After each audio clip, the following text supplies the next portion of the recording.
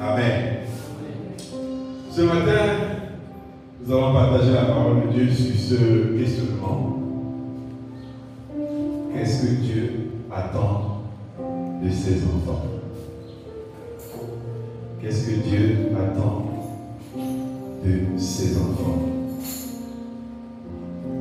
La réponse à cette question, c'est une phrase. Et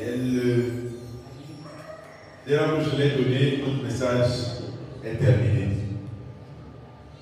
Alléluia. Qu'est-ce que Dieu attend de ses enfants? La réponse est cette. Et dès que je l'ai donné, on peut dire Amen et on entre genoux. Alléluia. Qu'est-ce que Dieu attend de ses enfants? Je donne 30 secondes de réflexion. Si cette question te t'est posée, qu'est-ce que Dieu attend de ses enfants? Et que tu devrais donner une seule réponse. Ce serait quoi la réponse? Dans ta tête, ce serait quoi la réponse? Dieu attend quoi de ses enfants? Une seule chose. Ce serait quoi? Oui, quelqu'un qui veut lever le doigt. Oui, vas-y, tu peux y aller. Dieu attend de ses enfants qu'ils soient amoureux comme lui. Dieu attend de ses enfants qu'ils soient amoureux comme lui. Voilà une chose. Pour elle, c'est ça qui est dans son esprit. Bon, quelqu'un d'autre se lance. Oui. Que Dieu attend que nous soyons obéissants. Oui. Il attend de nous l'adoration. Que nous soyons sauvés. Voilà pour lui. Ok. Donc moi je vais. Oui. Dieu attend qu'on lui fasse confiance. Voilà. Ça fait beaucoup. Ok. Moi je donne la réponse, après on parle. Ce que Dieu attend de ses enfants n'est rien moins que le développement de la vie qu'il leur a donnée. Amen. Le développement de la vie que Dieu nous a donnée au travers de Jésus. Ce que nous avons cité, ce sont les conséquences de ce que Dieu attend de ses enfants. Dieu attend une seule chose de nous, c'est que Jésus soit manifeste en nous. C'est que la vie qu'il nous donne au travers de Jésus-Christ se développe, s'étend, se manifeste, se déploie. Alléluia. Quand nous acceptons Jésus, nous acceptons une semence qui est la semence de Christ. Nous acceptons la semence de Christ. Et c'est au travers de l'évangile, au travers de la parole de Dieu, que nous acceptons. Parce que quand on vient te parler de Jésus, c'est une parole, c'est quelque part de la bonne nouvelle. La bonne nouvelle, ce n'est pas le fait qu'on dise que tu n'iras pas en enfer. Ne pas aller en enfer est une conséquence et non un objectif. Et c'est là où beaucoup ont commencé à rater. Ce n'est pas un objectif de ne pas aller en enfer et ce n'est non plus un objectif d'aller au ciel. C'est ce qu'on nous a enseigné, mais je corrige aujourd'hui. La bonne nouvelle qu'on nous apporte, ce n'est pas parce qu'Adam n'était pas au ciel. Alléluia. Quand Dieu envoie le sauveur, ce n'est pas parce qu'Adam n'était pas au ciel. Ce n'est pas l'objectif, le ciel. L'objectif, c'est de vivre comme Jésus. C'est ça l'objectif. L'objectif, c'est de voir manifester en nous la nature de Dieu. C'est ça l'objectif. Le reste n'est qu'une conséquence. Parce que j'ai la nature de Christ en moi, ma place ne peut pas être à l'enfer. C'est un fait. Alléluia. Impossible pour moi que je me retrouve en enfer quand je manifeste la nature de Dieu. Impossible pour moi que je ne fasse confiance à Dieu quand je manifeste la nature de Dieu. Impossible pour moi de ne pas l'adorer quand je manifeste la nature de Dieu. Dieu ne veut plus que nous empêcher d'aller en enfer.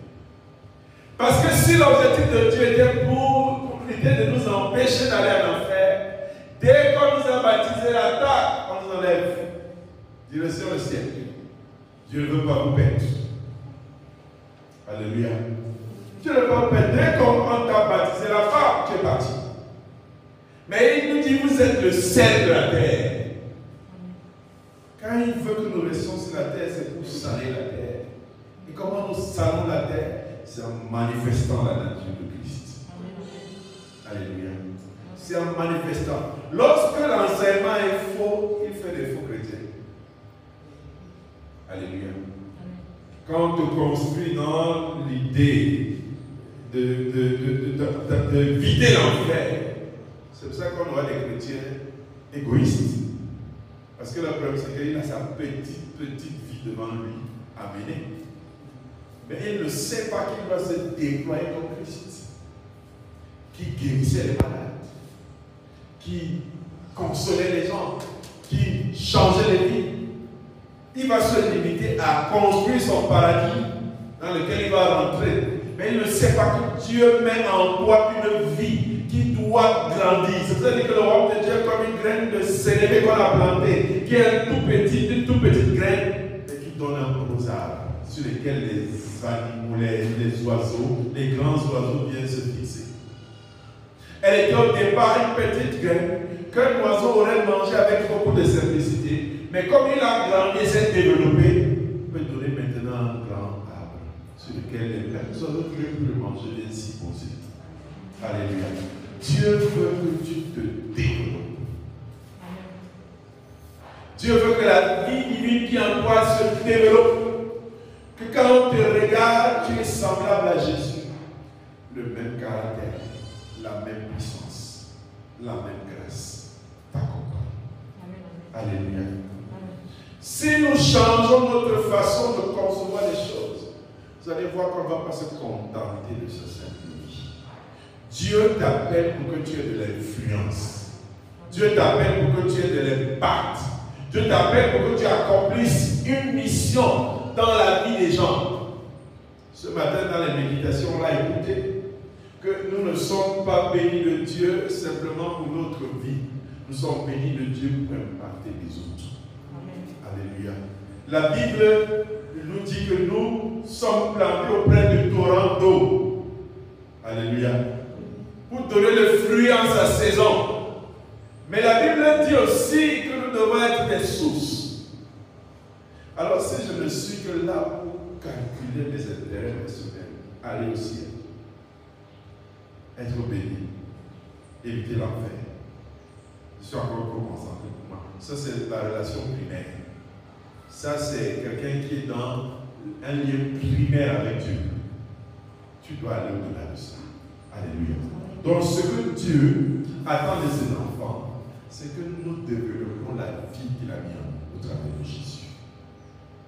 C'est ça que Dieu attend de nous. Alléluia. Donc, en regardant vos yeux, il y en a qui me disent qu'ils n'ont pas encore compris, mais je suis obligé de le dire. Alors, Romains chapitre 6, verset 2, il nous dit quoi? Loin de là, nous qui sommes morts au péché, comment vivrons-nous encore dans le péché? Qu'est-ce qu'il veut dire par là? Le péché nous a tués. Le péché nous a détruits. Le péché a enfanté un monde cauchemardesque. Le péché a enfanté des monstres, des tueurs. En plus, le péché a engendré des pécheurs. Et donc, la vie de Dieu était morte, détruite.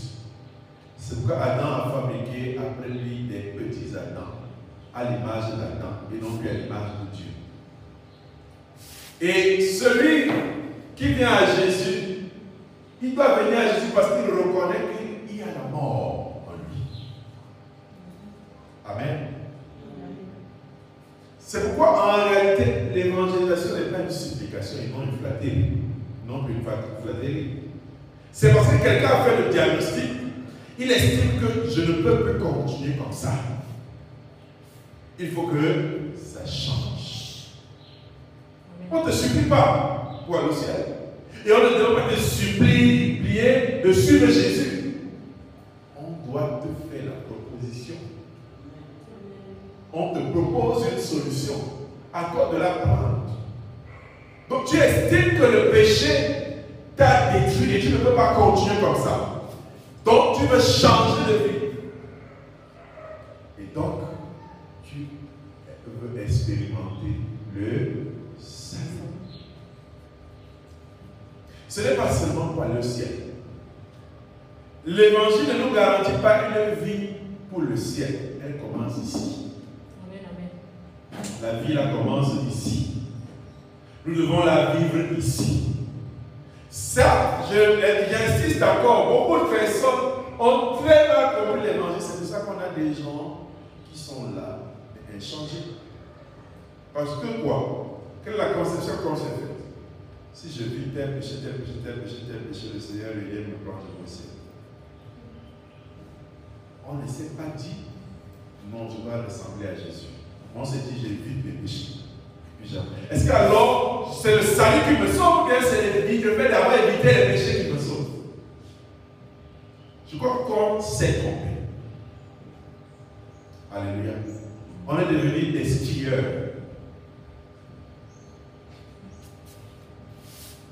On évite, et on appelle ça vie chrétienne. Le fait d'éviter le péché n'est pas la vie chrétienne. Ce n'est pas la vie chrétienne. La vie chrétienne, c'est que la semence de Christ qu'on a reçue se développe en nous. Et on a le caractère, l'attitude et les marques de Jésus. Quand on dit vie chrétienne, on dit que la vie de Christ en moi vit. Amen. C'est ça la vie chrétienne. Ce n'est pas autre chose que ça. C'est du légalisme dans lequel certaines personnes vivent. Ils essayent de se guérir vis-à-vis de la loi de Dieu et ils essayent de se conformer à cette loi. Ça, c'est du légalisme. C'est pour ça que ce n'est pas une vie épanouie. C'est pour ça que ce n'est pas une vie heureuse. Mais il y a des choses aberrantes. Une soeur a publié hier que si tu as tout, tu n'as pas Jésus, tu n'as rien. J'ai voulu demander que vous contextualisez. Ça signifie que les versets doivent être vrais. Ça veut dire que si je n'ai rien, j'ai Jésus, j'ai tout. C'est faux. Et c'est extrêmement faux. Avoir Jésus ne veut pas dire que tu vas manger tous les matins. Il faut bien contextualiser. Amen. Il faut bien contextualiser. Tu peux avoir tout, ça n'a pas de signification pour moi, parce qu'il manque du sel. Alléluia. Un bon plat de coq, même quand c'est saboté, c'est aussi la partie spirituelle comme le coq. Mais on te donne un très bon plat de coq sans sel. Ça n'a pas de goût, n'est-ce pas? N'est-ce pas? C'est la vie de Christ qui vient donner de la saveur. C'est pour ça qu'on a des chrétiens qui sont à l'église mais complexés. On a des chrétiens à l'église mais ils sont frustrés. On a des chrétiens à l'église mais ils sont tristes. Mais ils nous disent, oh, le Seigneur a permis. Je rends grâce à Dieu, mais il dit, ça ne l'est pas compris. Mais comme c'est une façon de dire, on dit aussi. Non, moi je me dirais que malgré cette situation, le Seigneur ne sait qu'il le contrôle, mais je le crois au fond de moi. C'est ça qui me donne le cadre que j'ai, parce que je le crois au fond de moi. Je ne le dis pas comme une phrase qu'il faut dire. Je le dis parce que je crois que mon lendemain est sûr. Même si c'est difficile aujourd'hui, je sais qu'il est au contrôle. Amen. Je ne le dis pas parce que l'Église veut qu'on fasse cette façon de faire. Je causais avec la sœur Amy qui me disait dans un problème familial qu'elle a avec des chrétiens, parmi lesquels un pasteur, qui doit lui donner quelque chose, il ne lui donne pas. Et l'épouse du pasteur lui dit, tu sais, Dieu nourrit les oiseaux du ciel. Comme vous dites là, il faut laisser, il ne le réclame plus. Mais sauf que comment il dit ça, pourquoi lui ne lui donne pas ce qu'il doit lui donner? Il laisse que Dieu nourrisse lui aussi, parce que Dieu nourrit les oiseaux du ciel. C'est parce qu'on ne comprend pas ce qu'on dit, on ne croit pas. Alléluia. Parce qu'elle-même, la personne devait appliquer elle-même, c'est elle est croyante. Donc on est devenu des perroquets à l'église qui disent des choses. Pourquoi? Parce qu'on n'a pas compris à la base. Ce que Dieu veut que nous soyons, c'est que nous ressemblions à Jésus. C'est ça le vœu de Dieu. Le reste n'est que conséquence. Est-ce que le Christ qui est entré en moi en année 2000 ans, est-ce qu'il a grandi en moi? Est-ce que la vie divine de Christ a grandi en moi? On a tout concentré à l'histoire du péché. En ce sens, c'est qu'on doit développer l'être spirituel qui est en nous. L'être christique, la semence de Christ, la parole de Dieu, elle doit se développer, elle doit s'épanouir en nous.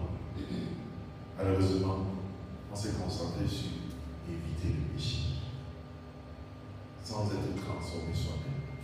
Alléluia. Romains 6, 8. Or, si nous sommes morts avec Christ, nous croyons que nous vivrons aussi avec lui. Si nous nous identifions à la mort de Jésus, si nous nous identifions à l'unité avec Jésus, nous devenons une même chose avec Jésus. La Bible dit que nous sommes morts. Et quand nous sommes morts, celui qui est ressuscité, c'est une nouvelle personne. C'est pas pour vous dire que vous allez être, quand vous ressuscitez, vous devenez une personne totalement transformée. Non. Mais on peut lire en vous la transformation. On peut lire en vous le changement. On peut voir en vous que vous manifestez Jésus. Mais jamais on ne l'a parlé comme lui. Alléluia. Jamais on ne l'a parlé comme lui. C'est-à-dire que le simple fait que tu sois en présence des gens, ils ont une confiance qui est développée. Alléluia. Ce n'est pas parce que tu fais beaucoup de bruit. Parce qu'il voit ton attachement à Dieu. Il voit, tu manifestes Jésus. Un peu comme Jésus assis dans la barque avec les disciples. Ils sont paniqués. Mais quand ils voient ce que Jésus-Christ fait, ça les rassure. Et ils ne voient pas Jésus, c'est toi qui le vois. Alléluia. Vous savez, quand vous entrez parfois dans un débat même profond avec les gens, ils vont commencer à vous dire que Dieu là n'existe pas. Mais celui qui veut le prononcer, Dieu, il n'a que Dieu. Mais si vous allez au fond, il va vous dire, arrêtez Dieu. C'est une notion qu'on a fabriquée. On a fabriqué Dieu. Et on nous enseigne ça. C'est par cela qu'il faut compter. En réalité, est-ce qu'on doit les reprocher ça? Non. C'est nous qui devons manifester Christ.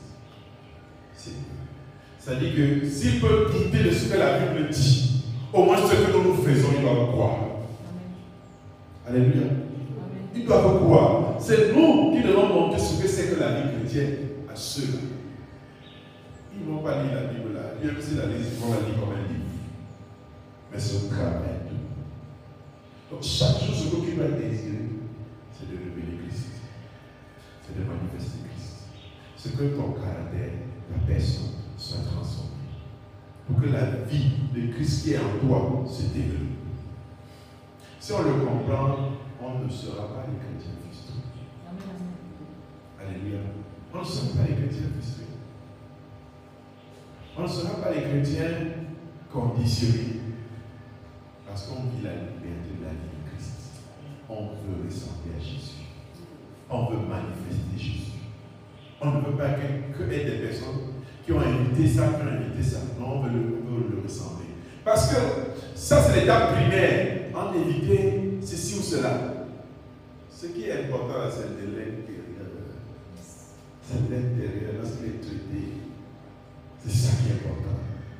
Refléter Christ. Avoir la confiance de Christ, avoir le caractère de Christ, avoir la patience de Christ. C'est ça que Dieu attend de nous. Colossiens 3:3. Car vous êtes morts et votre vie est cachée en Christ Jésus. Nous sommes morts et notre vie est cachée en Christ Jésus. Là-bas, en Christ Jésus, notre vie, elle est cachée. Notre vie, elle est cachée en Christ Jésus. Celui qui vient à Jésus doit considéré comme mort, ça signifie que ce n'est pas une histoire de j'ai évité. C'est que le plus important dans la vie chrétienne, c'est que nous nous rassurons que nous sommes morts. Amen. C'est que nous nous rassurons que nous sommes morts. Parce que si le Dieu nous n'est pas mort, on s'embrouille. Il va ressusciter. Il va reprendre la surface. Nous devons prier chaque jour, c'est aide-moi. Que les membres qui sont en moi-même, que toi tu vives. Que je disparaisse et que toi tu vives. Que ce soit ta personnalité qui vive en moi. Que ce soit ton caractère qui se manifeste en moi. Donne-moi le cœur de Jésus. Le cœur de compassion. Le cœur d'amour. Le cœur de vérité. Le cœur de justice. Jésus, donne-moi ton caractère. Que moi je meure. Que je disparaisse. Et je t'assure que si on arrive à ça, il y a des problèmes de la vie que nous n'aurons plus. Parce que Jésus qui vient. Il y a des épreuves pour lesquelles nous n'aurons pas besoin de passer parce que le caractère de Christ se sera formé déjà. Il y a des événements que le Seigneur n'aura pas besoin de nous faire subir parce que Christ se manifeste en nous. Alléluia. Ce n'est pas le nombre de péchés que nous faisons qui importe, que nous faisons pas qui importe. C'est ce que Jésus-Christ vit en nous. Est-ce qu'il se manifeste en nous? Et dès lors que ce sera fait, on ne va pas te chercher pour adorer le Seigneur. Tu seras un adorateur. Alléluia. Tu seras un adorateur. L'adoration montera de ton cœur tout seul. La louange montera de ton cœur tout seul. La confiance en Dieu montera de ton cœur tout seul. Une personne comme ça, comment on fait pour l'envoyer en enfer? Ce n'est pas possible. Il y en a qui s'imaginent que j'ai pensé aussi à ça quand j'étais plus jeune. Que quand il faut aller se coucher le soir, il faut confesser tous ses péchés parce qu'on ne sait pas. Il peut venir dans la nuit. Il faut qu'on soit prêt. Qui nous amène.